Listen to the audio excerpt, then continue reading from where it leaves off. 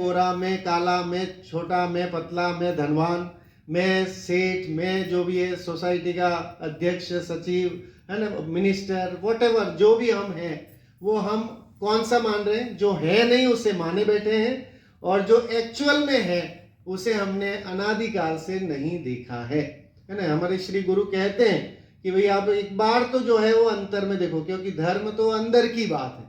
एक वो एडवर्टाइज आता है ना कि वो उसके लिए बनियान के लिए आता है कि ये तो अंदर की बात है। सो ऐसे ही ना जैन धर्म को जानना ये अंदर की बात है। जैन धर्म कैसे जानने में आएगा साहब? तो कह रहे साहब कहीं बाहर शिविर लगा लें, बहुत विधान कर लें, बहुत पाठ कर लें तो जैन धर्म समझ में आ जाएगा, बहुत दान दे दे तो आ जाएगा समझ में, या और कोई जितने भी जतन होते हैं वो करने से आएगा। तो कह रहे हैं इससे कुछ नहीं आने वाला है। जैन धर्म को समझना है तो गिरनार की टेकरी पर बैठ करके नेमिनाथ को समझ में आ गया। भगवान नेमिनाथ ने वहां बैठ करके जो है अपनी आत्मा की धुनी लगाई और मोक्ष को प्राप्त कर गए। ऐसे ही 20 तीर्थंकर समय शिखर से निर्वाण को प्राप्त हो गए। तो क्या किया वहां बैठ करके? तो कह रहे वहां बैठ करके एकमात्र कार्य ये किया कि रत्नत्रय रूप धर्म को अंगीकार किया, और हु एम आई इस प्रश्न का उत्तर उन्होंने ढूंढ लिया और वह उन्हें मिल गया। पहले एक शायद मुझे पता नहीं पिछली बार मैंने वो कथा सुनाई थी या नहीं, कुछ लोग नए भी हैं तो फिर से सुना देता हूँ। अगर जैन धर्म में पहली बात तो धर्म में कोई रिपीटेशन नहीं होता। जो चीज आप जैसे आज उठे, आज जो खाया था ना तो कल भी तो खाओगे, परसों भी खाओगे और डेली खाओगे, है ना। हम वही वही चीजें खाते रहते हैं, थोड़ा बहुत चेंज होता है कभी, है ना, स्वाद के हिसाब से, लेकिन फिर भी हम बोर नहीं होते। इतने अनादिकाल से खाते आ रहे हैं, लेकिन हम खाने पीने में, है ना, विषय सामग्री को इकट्ठा करने में कभी बोर नहीं होते। ऑफिस जाने में कभी बोरिंग लगता है? जीत भाई है, ऑफिस जाने में बोरिंग लगता है? बड़े मन से एकदम सूट बूट पहन करके और, है ना, गाड़ी वाड़ी भी अच्छे से साफ करके और कितने शान से जो है वो ऑफिस जाते हैं। तो ऐसे ही धर्म करने के लिए कभी लगता है कि साहब धर्म करना है, प्रतिक्रमण का टाइम है, it is the fix time, 8 o'clock चालू हो जाएगा, मीरा आंटी किसी का इंतजार नहीं करने वाली है? लेकिन ऐसा हमारे अंतर में आए वाकई कि भाई धर्म के, क्योंकि ये मेरे लिए, देखो दुनिया के सारे ऑफिस किसके लिए जा रहे हो? तो एक डॉक्टर है, अगर हम देखें वैसे तो डॉक्टर कितने साल पढ़ाई करता है, और पढ़ाई करके फिर कितने साल प्रैक्टिस करता है, और प्रैक्टिस करके एक्सपर्ट बनता है, और एक्सपर्ट बन के करता क्या है?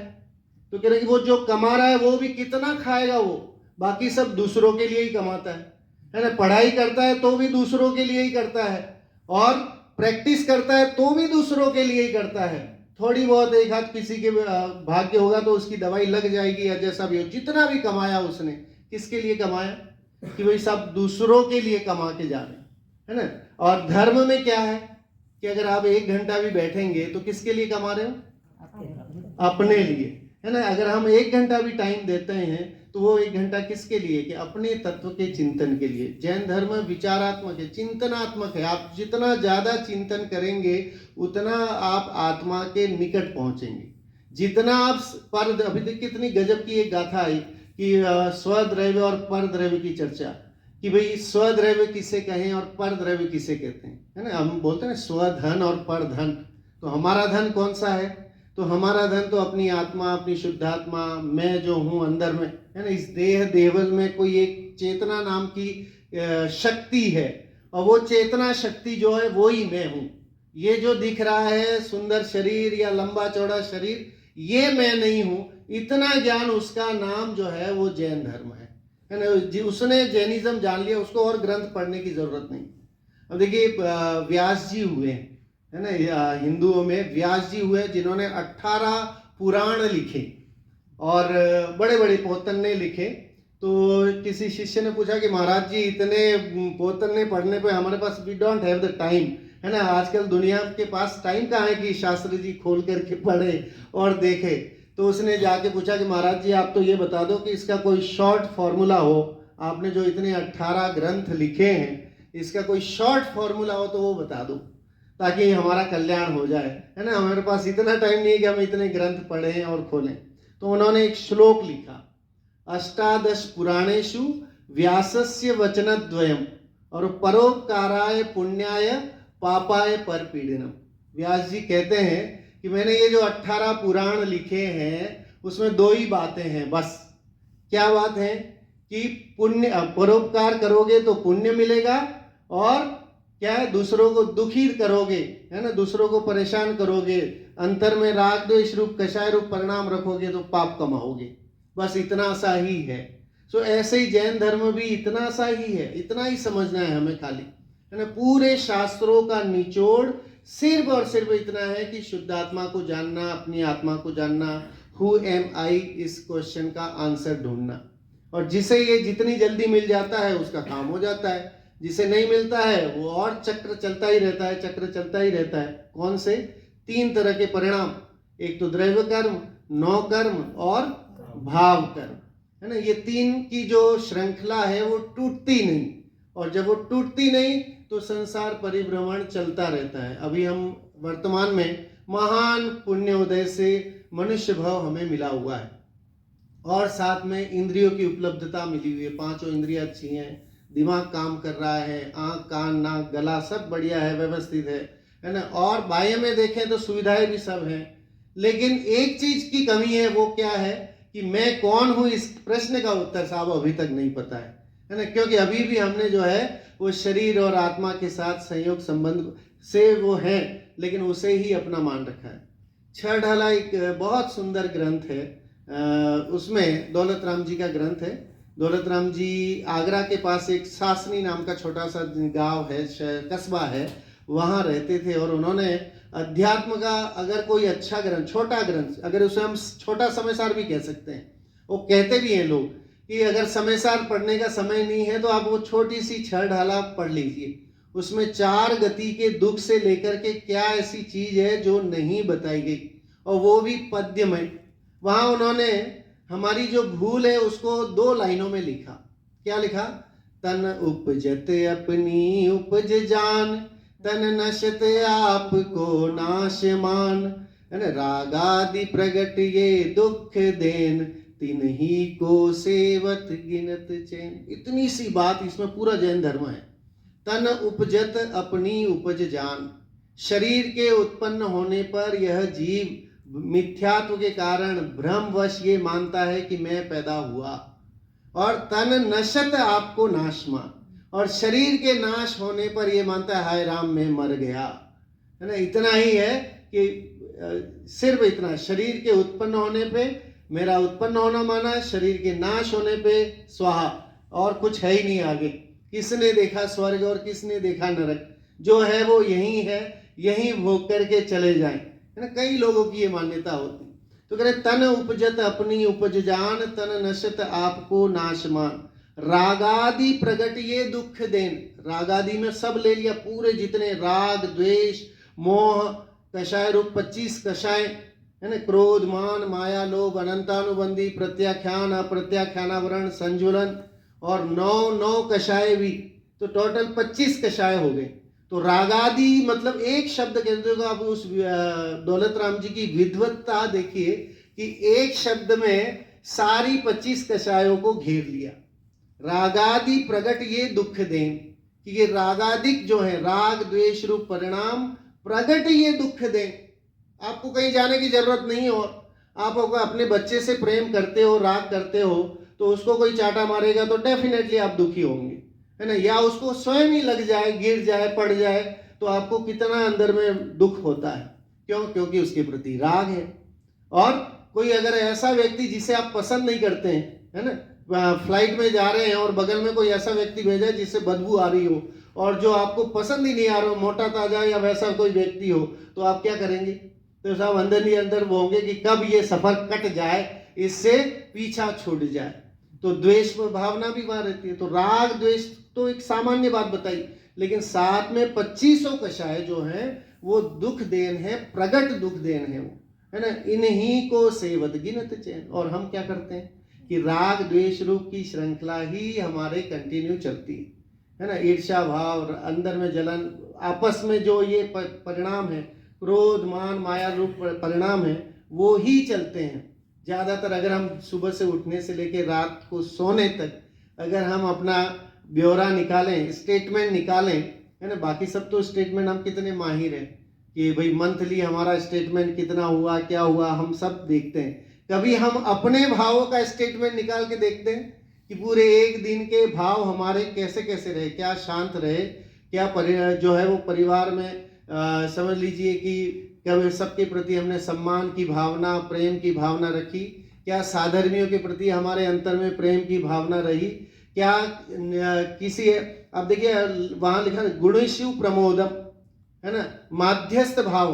आप देखिए इतनी सी बात है कि गुणवानों के प्रति प्रमोद हो, है ना। और अगर कोई ऐसे व्यक्ति मिल जाए जिनसे आपके उनके प्रति मध्यस्थता भाव रखें, जिन्हें आप पसंद नहीं करते उनके प्रति मध्यस्थता की भावना रखें। गजब की बातें हमारे जैन धर्म में भरी पड़ी हैं, लेकिन उन्हें सुनना, इसलिए कहा ना कि तत्प्रति प्रीति चित्तेन, सबसे पहला काम हमें अपने जैन धर्म के प्रति प्रीति बढ़ानी, प्रेम बढ़ाएं कि हम ये जिन वाणी जो सुन रहे हैं ये तीर्थंकर भगवान महावीर की वाणी सुन रहे हैं, उनके द्वारा बताया हुआ है। चाहे कोई संप्रदाय हो, लेकिन धर्म एक ही है कि कषाय का अभाव करेगा तो ही जीव जो है सुखी होगा। अब चाहे आप कोई सा भी ग्रंथ पढ़ लें, आप चाहे किसी भी पंथ के मानने वाले हों, लेकिन अगर आप कषाय करें और आप सुखी हो जाएं, ऐसा कोई पंथ बता ही नहीं सकता। तो सामान्य ये यूनिवर्सल है कि अगर हम कषाय नहीं करेंगे तो सुखी होंगे। इसमें समझ लीजिए किसी संप्रदाय पंथ का कोई लेना देना नहीं, सिर्फ हमें करना क्या है कि हमारे कषाय रूप परिणाम मंद कषाय रहेगा तो डेफिनेटली जो है स्वयं ही पुण्य का संचय होता है ना। इसीलिए आप देखिए ज्यादातर हमारा समय किस में निकलता है, अशुभोपयोग में। 3 तरह के उपयोग है ना, हमारे जो परिणाम है वो 3 तरह के, एक है अशुभोपयोग, एक शुभोपयोग और एक शुद्धोपयोग। शुद्धोपयोग तो इम्पॉसिबल, भूल जाइए, अभी है ही नहीं। अब बचे हमारे पास खाते में 2, कि एक है शुभ और एक अशुभ। अब हम सोच लें मोटा मोटा है कि दिन में कितना अशुभ उपयोग होता है और कितना है ना शुभोपयोग होता है। तो शुभोपयोग के साधन क्या है, तो साहब स्वाध्याय करना, है ना, पूजन आदि करना, भाव अगर आपके लगते हैं तो जिन मंदिर जाना, दर्शन करना, मैं कौन हूं इसका चिंतन करना, ये भी शुभोपयोग है। दया करना, दान देना, जीवों के प्रति दया की भावना अंतर में रखना, अनर्थ दंड नहीं करना, जितनी आवश्यकता है उतना रखना। जैन धर्म अपरिग्रहवाद को बताता है, भगवान महावीर स्वामी अपरिग्रहवाद के श्रेष्ठा हैं, लेकिन हम जो है परिग्रह जोड़ने में विश्वास करते हैं। तो कह रहे अपरिग्रह की भावना रखना, ये सब जो है वो शुभ कर्म के शुभोपयोग के परिणाम है। और ज्यादा विषयों के प्रति आसक्ति होना और जोड़ने की भावना रखना और ईर्ष्या, द्वेष, जलन रखना, कषाय रूप परिणाम रखना, ये सब अशुभोपयोग है ना। घर बार के और कार्य जिनमें हिंसा होती है, उन हिंसा के परिणाम या हिंसा के कार्य भी जो हैं वो भी अशुभोपयोग की खाते में जाते हैं। तो ये हमें बहुत ध्यान रखने वाली बात है, क्योंकि 10 लक्षण धर्म 10 गुणों को विकसित करने वाले धर्म हैं। आप देखिए सबसे पहला क्रोध, फिर मान, माया और लोभ, ये फर्स्ट 4 दिन तो कषाय के अभाव करने के स्वरूप ही धर्म प्रकट होता है।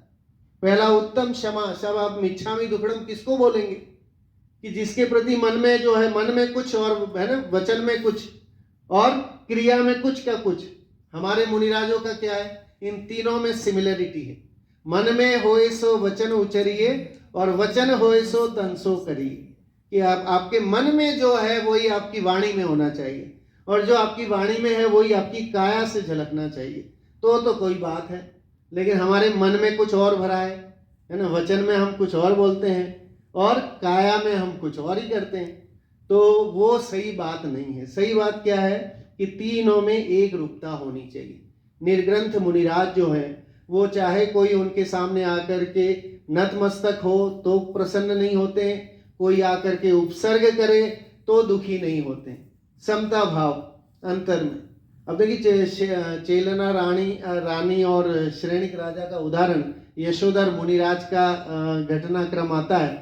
तो जब वे श्रेणिक राजा उपसर्ग करते हैं और चेलना रानी उपसर्ग दूर करती है, तो ऐसा जब ध्यान से बाहर आते हैं तो ये नहीं कहते हैं कि भाई तेरा तो अविनाशी है ना, तो क्या कहते हैं, चेलना तुम्हारा तो कल्याण हो और श्रेणिक राजा तुम 7वें नरक में जाओगे। क्या कहते हैं, दोनों के लिए एक लाइन, धर्म वृद्धि रस्तु, कि हे जीवो, तुम दोनों के लिए ही धर्म की वृद्धि हो।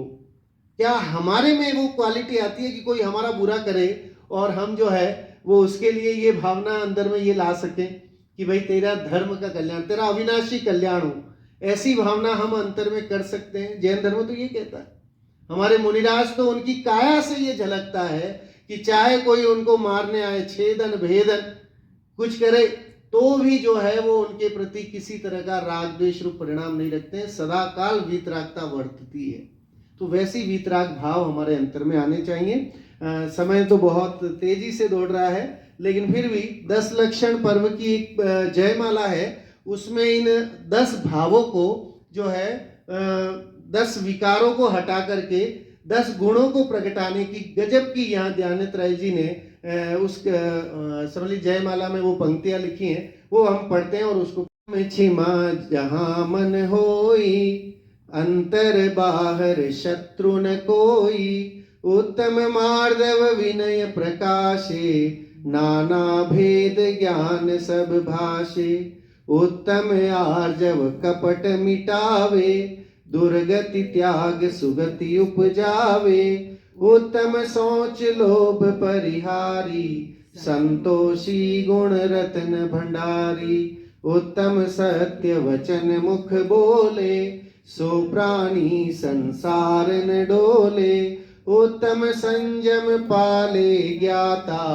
नर भव सफल करे ले साता, उत्तम तप निर्वांछित पाले, सो नर कर्म शत्रु को टाले, उत्तम त्याग करे जो कोई, भोग भूमि सुर शिव सुख होई, उत्तम आंकिंचन व्रत धारे, धर्म परम समाधि दशा विस्तारे, उत्तम ब्रह्मचर्य मन लावे, नर सुर सहित मुक्ति फल पावे। 10 धर्म जो है उनकी एक एक चीज की बताया कि उत्तम क्षमा जहां होगी तो वहां पर कोई शत्रु नहीं होगा।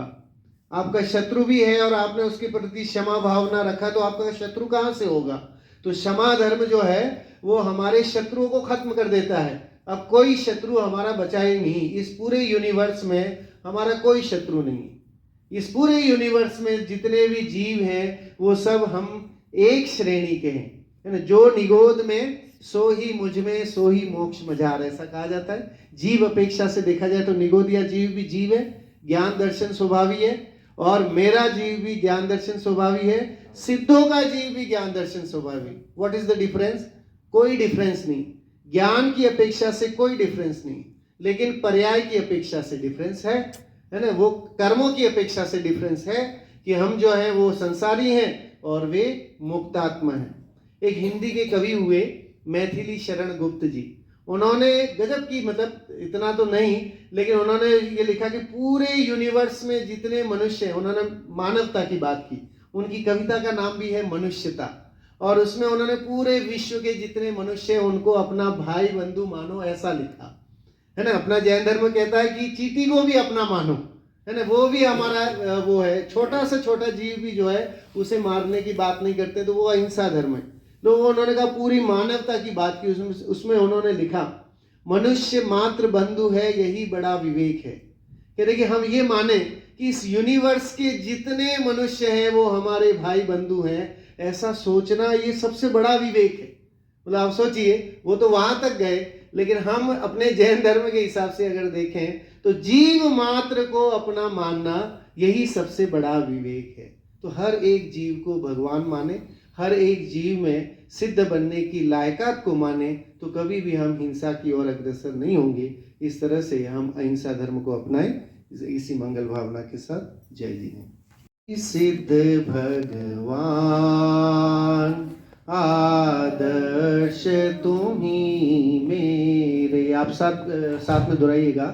अशरीरी सिद्ध भगवान आदर्श तुम्ही मेरे, अविरुद्ध शुद्ध चिद घन उत्कर्ष तुम्ही मेरे, अविरुद्ध शुद्ध चिद घन उत्कर्ष तुम्ही मेरे सम्यक्त्व सुदर्शन ज्ञान अगुरु लघु अवगाहन सम्यक्त्व सुदर्शन ज्ञान अगुरु लघु अवगाहन सूक्ष्मत्व वीर्य गुण खान निर्बाधित सुख वेदन सूक्ष्मत्व वीर्य गुण खान निर्बाधित सुख वेदन हे गुण अनंत के धाम वंदन अगणित मेरे अशरीरी सिद्ध भगवान आदर्श तुम्ही मेरे रागादि रहित निर्मल जन्मादि रहित अविकल रागादि रहित निर्मल जन्मादि रहित अविकल कुल गोत्र रहित निष्कुल मायादि रहित निश्चल अशरीरी सिद्ध भगवान आदर्श तुम्ही मेरे रागादि रहित उपयोग ज्ञायक प्रतिभासी हो रागादि रहित उपयोग ज्ञायक प्रतिभासी हो शाश्रित शाश्वत सुख भो शुद्धात्म विलासी हो हे स्वयं सिद्ध भगवान तुम साध्य बनो मेरे अशरीरी सिद्ध भगवान आदर्श तुम्ही मेरे भविजन तुम सम निज रो ध्याकर तुम सम होते ओ भविजन तुम सम निज रो ध्याकर तुम सम होते चैतन्य पिंड शिव भू होकर सब दुख खोते चैतन्य राज सुख खान दुख दूर करो मेरे अशरीरी सिद्ध भगवान आदर्श तुम्ही मेरे अशरीरी सिद्ध भगवान आदर्श तुम्ही मेरे। बोले 2400 तीर्थंकर भगवंतों की जय।